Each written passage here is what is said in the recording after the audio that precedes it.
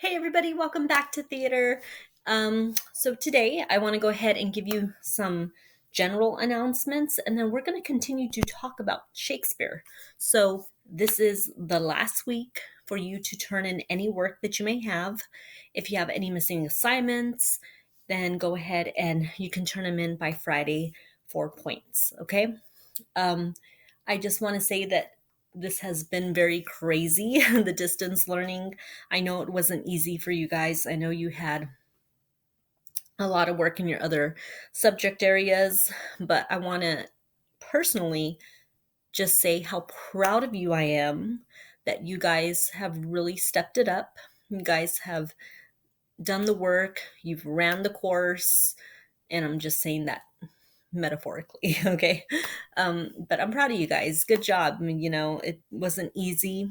It's not easy to take theater, especially online, but I have to say that I've seen a lot of you grow. I've seen your growth in your responses and just in your work ethic, and I'm very, very proud of you. All right, enough of that. Oh, little messages. All right, let's talk about Shakespeare. So we're going to briefly go over Shakespeare's theater. Okay, so there is the Elizabethan theater, and then there is Shakespeare's theater. So let's look at this paper here, and I'm going to go ahead and share the doc of this paper with you guys. I'm going to only share a few, like a paragraph of it, because I really want you to focus on that specific paragraph, okay? So let's take a look. Performances took place during the day using natural light from the open center of the theater. Since there could be no dramatic lighting and there was very little scenery or props, audiences relied on the actors' lines and stage directions to supply the time of day and year, the weather, location, and mood of the scenes. So there was no lighting. There were no scenery, stage props, and plats. There was none of that stuff. They really had to rely on the actor. So they needed strong actors who could deliver the lines and make the audience connect with the scene and with the play that was going on. For example, in Hamlet, the audience learns within the first 20 lines of dialogue, okay, where the scene takes place. So the line is, "Have you had quiet, guard?" Okay. "What time of day is it? 'Tis now struck 12. Okay. "What the weather is like? 'Tis bitter cold." And what mood the characters are in. "And I am sick at heart." Okay. So in the first 20 lines, they get what's going on. They get the time of day. They get the scene. They get the weather. They even get the mood of the characters. Okay. So one important difference between about plays that were written in Shakespeare's time, excuse me, and those written today is that Elizabethan plays were published after their performances, sometimes even after the author's death, and were in many ways a record of what happened on stage during these performances rather than directions for what should happen.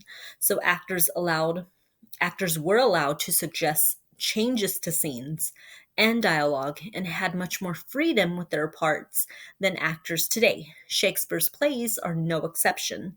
In Hamlet, for instance, much of the plot revolves around the fact that Hamlet writes his own scene to be added to a play in order to ensnare his murderous father. Okay?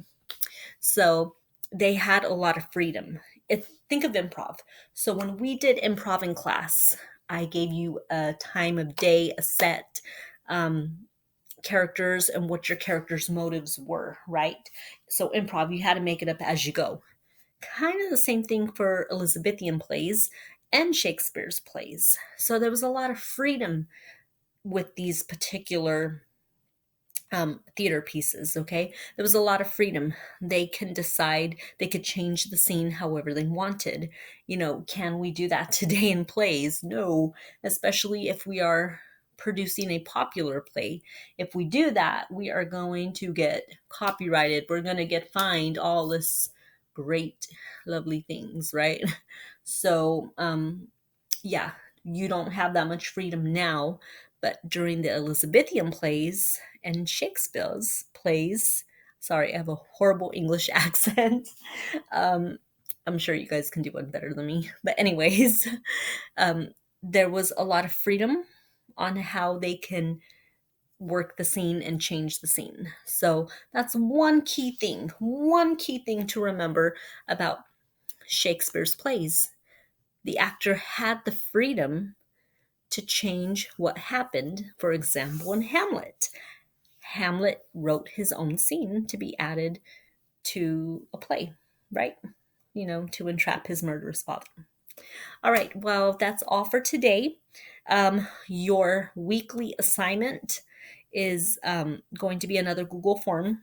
It'll be your last weekly assignment. All right, yay! Now you guys are clapping and being excited and all that stuff. So it's your last weekly assignment.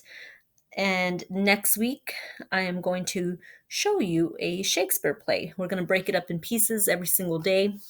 And or maybe I'll throw in a Kahoot. I don't know if you guys like those, but I probably will throw in a Kahoot. Actually, now that I'm thinking about it, we won't do Google form. Friday I will put up a Kahoot for you guys to play. All right, so I miss you guys and my 8th graders. I'm so sad to see you go. You guys have been such great kids, and I know you're going to do fantastic in high school. So keep up the good work, and I wish you the best of luck. All right. I'll see you guys later. Bye.